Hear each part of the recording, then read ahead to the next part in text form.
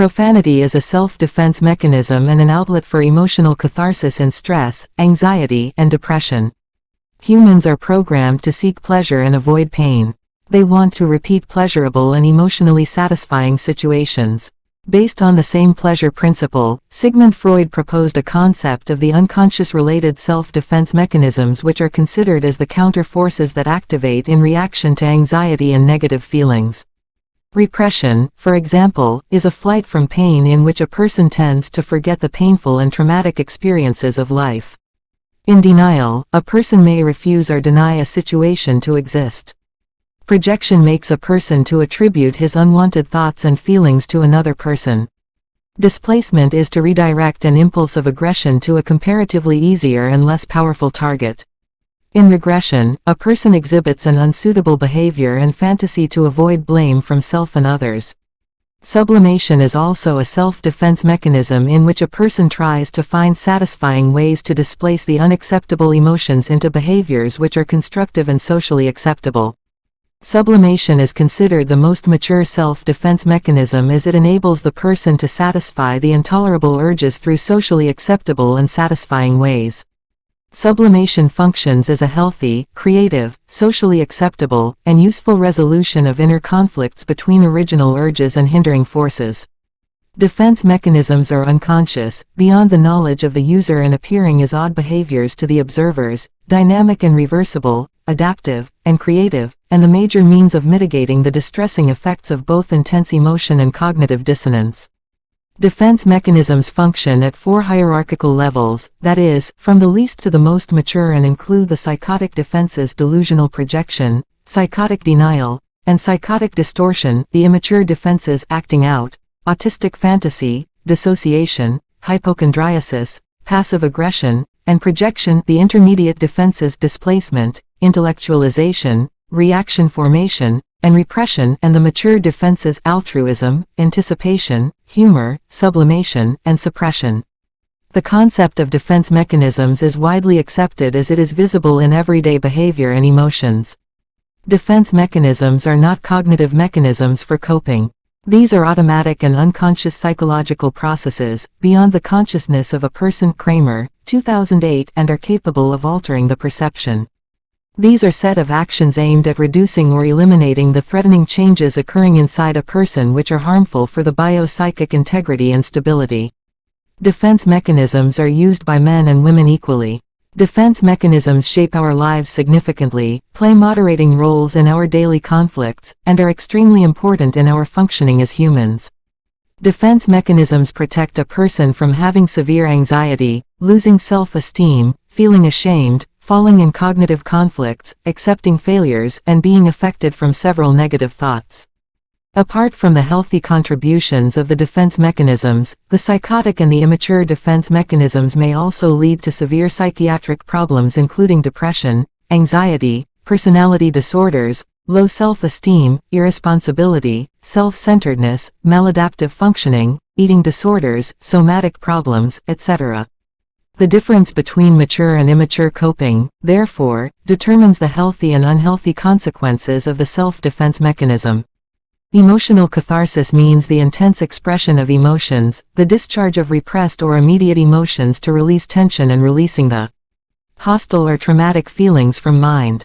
Studies have established the positive effects of emotional catharsis in releasing psychological distress during the psychotherapeutic procedures or in the daily life conditions. Achieving emotional catharsis during psychotherapy is seen as an important cause of psychotherapeutic success, as it helps in building rapport with the clients, which strengthens the foundations of the psychotherapeutic relationship.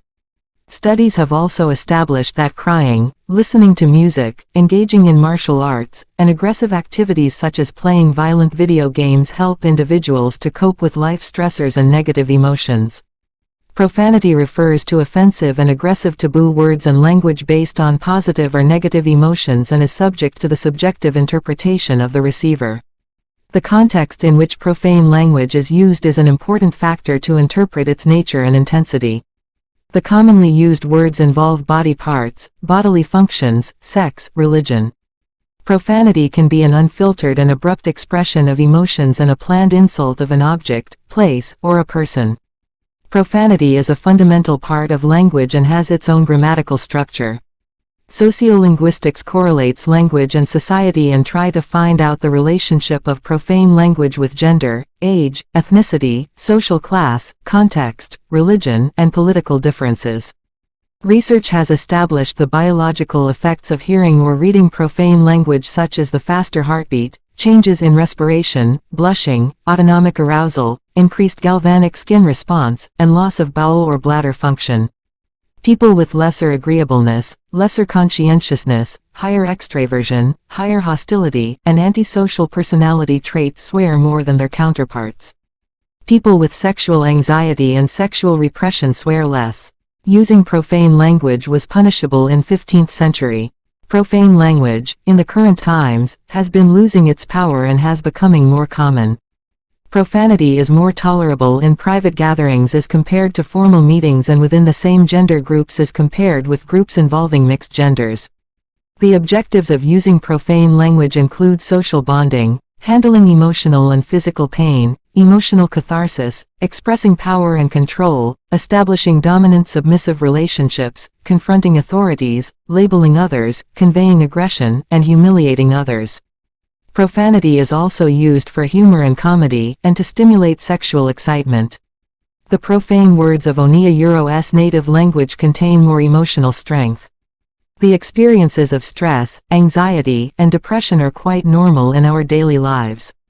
However, the excessive, unrealistic, and abnormal behaviors resulting from stress, anxiety, and depression may lead us to the clinically significant levels that may require treatment. Psychological distress, simply labeled as stress, is a change in Onia-Euro's emotional state caused by the psychosocial stressors in life. Anxiety refers to the unrealistic and excessive worry about future. It is considered the most common complaint of the outdoor patients in hospitals, a chronic illness, and is highly prevalent worldwide. Anxiety is positively correlated with several other mental disorders and chronic physical conditions. Depression is an umbrella term used for the subcategories of depressive and bipolar disorders. Depression is a global challenge and the most frequent mental disorder worldwide. Depression may also lead to diabetes, cardiovascular disease, premature deaths, suicide, etc. Studies also reveal that people, in many parts of the world, lack sufficient knowledge on mental health, still stigmatize mental disorders, and stay reluctant to seek professional psychological help. They are more inclined toward self-made strategies to deal with psychological problems. Profanity, in such an environment, can be viewed as a cultural alternative to manage stress, anxiety, and depression. Expression of negative emotions has been regarded as the main purpose of swearing. Swearing and cursing can serve as an unconscious and mature self-defense mechanism to reduce the adverse effects of daily stressors. The earlier studies have also emphasized on the similar roles of profanity in releasing stress and avoiding the fear of pain. The literature, however, lacked studies focusing on the reduction of stress, anxiety, and depression through profanity. Dr. Sukoon, therefore, identified this knowledge gap and intended to analyze the role of profanity in connection to stress, anxiety, and depression. His study perceived profanity similar to self-defense mechanisms and regarded it as an outlet for emotional catharsis. The study involved 253 conveniently selected adult participants, including 98 men and 155 women. The age of the participants ranged between 18 to 48 years with a mean age of 22 years. Their educational qualifications ranged from 10 years formal schooling to a doctorate. The mean education of the participants was 14 years of formal education. As the mother tongue of the participants was Urdu, the instruments used in the study were also in Urdu for getting more reliable results. Profanity scale developed by Dr. Sukoon is a self-respondent scale in Urdu which intends to measure the frequency of using profane language in daily conversation. The study also used the Urdu translated version of the depression, anxiety, and stress scale. The findings revealed that the level of profanity among the participants was 41.88% as calculated through the mean score. The levels of depression 57.30%, anxiety 50.21%, and stress 59.77% were also recorded through the mean scores of the participants. The usage of profane language had significantly inverse correlations with stress, anxiety, and depression, as predicted. Profanity had no significant correlations with age and education. Stress, anxiety, and depression had significantly inverse correlations with age. Stress and depression also had significantly inverse correlations with education. The inverse correlations of profanity with depression, anxiety, and stress were further tested by making two groups out of the respondents. These groups were based on the mean score on profanity, namely lower profaners whose score on profanity was till 130 and higher profaners whose score on profanity was above 130. Higher profaners projected significantly lower levels of depression and stress as compared to the lower profaners. The differences between higher and lower profaners for anxiety were not statistically significant but reflected a trend of reduced anxiety for higher profaners. Men projected significantly higher levels of profanity as compared to women. Women projected significantly higher levels of stress as compared to men. Men and women did not project significant differences in anxiety and depression. Profanity can be used for both constructive and destructive purposes. Swearing is a natural response to release stress, to avoid pain, and to avoid severe mental consequences. Profane words tend to express deep feelings. Words like a euro o shit a euro, a euro o fuck a euro, a euro o bullshit a euro can express both positive and negative feelings. Complementary profane words such as a euro fucking brilliant a euro are also considered polite under certain circumstances.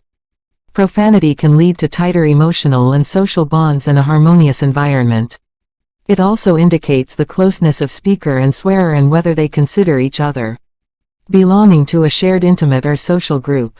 The use of profanity within a group is also the symbol of acceptance, inclusiveness, and the improvement of relationships by breaking social taboos together. Swearing has an established positive effect on social interactions regarding social cohesion, comfort, and familiarity. A study suggested that managers should adopt a rather permissive leadership style with respect to swearing. Similarly, groups of adolescents use swearing as a sign of solidarity. Profanity has also been positively correlated with honesty. Profanity has an established cathartic effect. It represents the intensity of the mental state of a person and discharges negative emotions in a cathartic fashion. Cathartic swearing has been considered to release negative emotions. Cathartic swearing can be done with or without an audience and is neither polite nor rude. Some studies have projected that the use of profane language by therapists during the therapeutic session resulted in the negative evaluation of the therapists by the clients. The clients perceived the therapists using profane language as dishonest, incapable, dissatisfying, untrustworthy, physically unattractive, disrespectful, unprofessional, and insensitive to the needs of the clients. Some other studies, however, have portrayed the positive effects of using profane language during the therapeutic session, such as to create an impression that the therapist is understanding and relatable to the clients, to oppose the prevailing culture, to make the conversation more effective, and to be more convincing. Like the public speakers who use profane language in their speeches were found to be more effective, more persuasive and intense, and more trustworthy for the listeners. A study required the respondents to listen to the recorded conversation between therapists and clients and found that the respondents, upon the use of profane words by clients, found the therapist involved as more expert, attractive, and more trustworthy. The uniqueness of the study by Dr. Sukoon is its analysis for a possible correlation of profanity with stress, anxiety, and depression. The earlier literature lacked findings on this specific connection.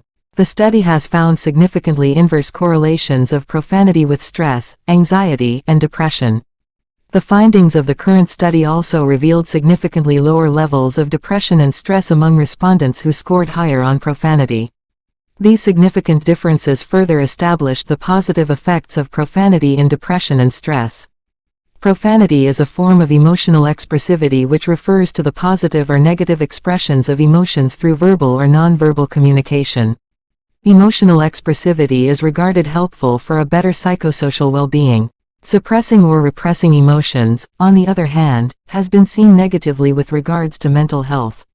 Emotional suppression and repression have been positively linked up with depression, anxiety, personality disorders, low self-esteem, irresponsibility, self-centeredness, maladaptive functioning, eating disorders, somatic problems, etc.